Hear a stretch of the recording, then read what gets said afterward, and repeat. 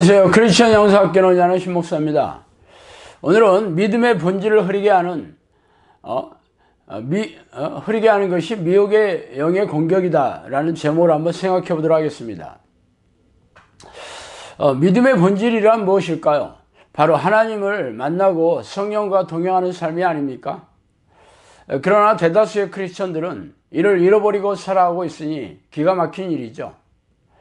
마치 학생이 학교에 가는 목적이 교사와 부모에게 칭찬받는 것이며 도시락을 일찍 먹고 점심시간에 축구를 하러 학교에 가는 것과 다를 게 없습니다.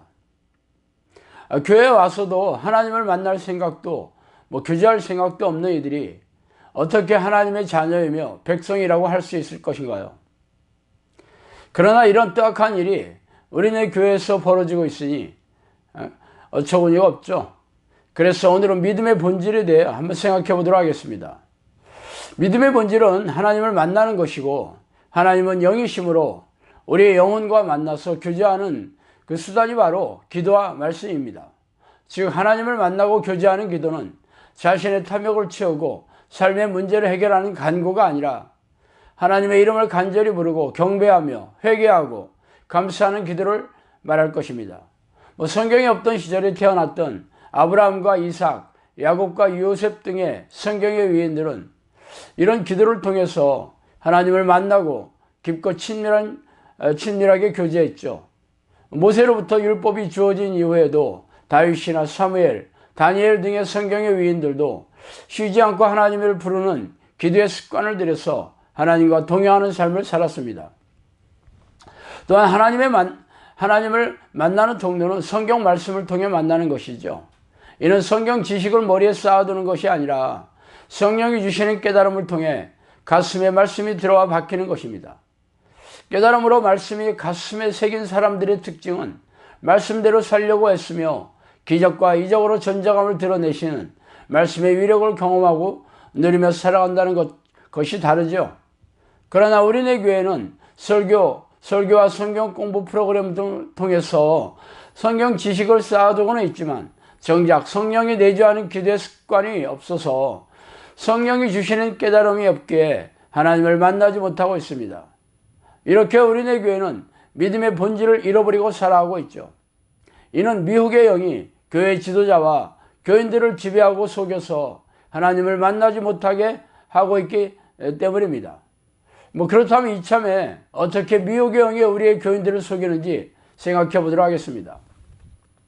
우리네 교인들이 가장 많이 하는 종교 행위가 바로 예배의식에 참석하는 것입니다. 예배의식에 참석하는 것이 바로 예배라고 착각하게 만드는 게 미혹의 영의 역사이죠. 성경에 예배라고 번역된 헬라어는 프로스키네오라는 말인데, 이는 절하다 혹은 경배하다라는 뜻입니다.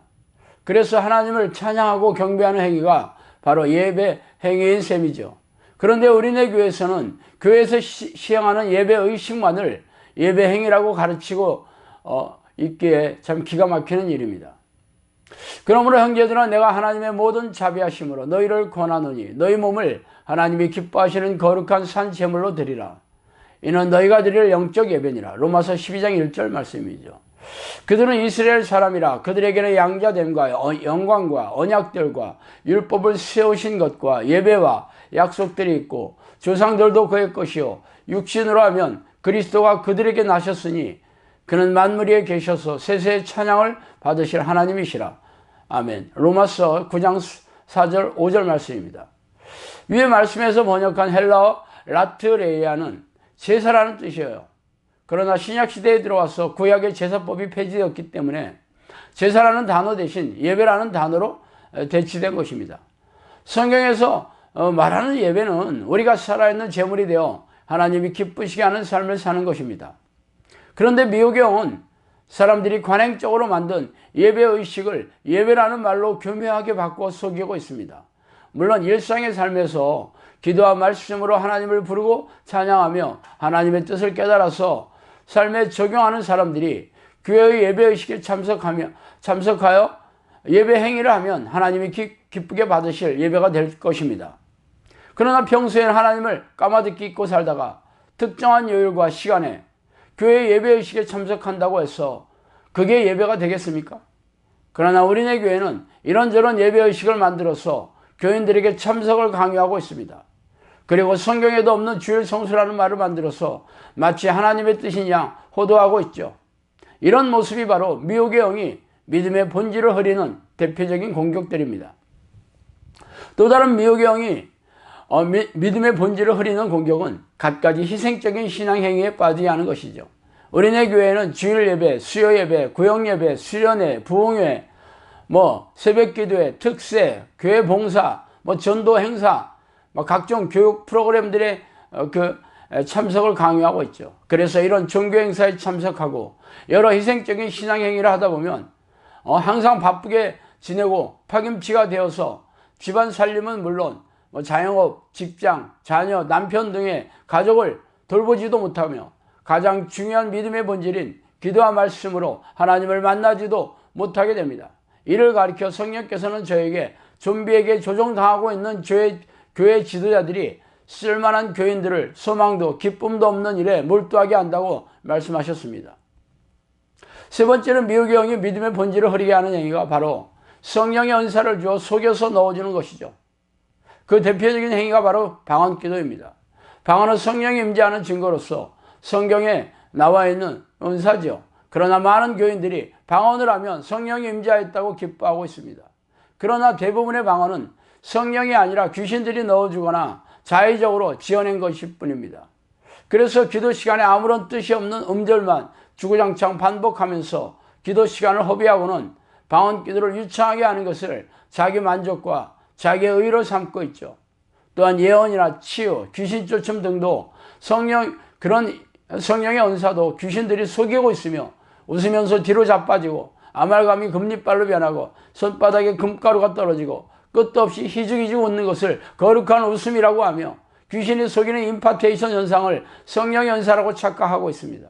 그래서 이런 현상을 드러내는 이들은 자신 안에 성령의 계심을 철석같이 믿고 있기 때문에 기도와 말씀으로 하나님을 만나려는 믿음의 본질을 철저하게 잊고 살아가고 있습니다.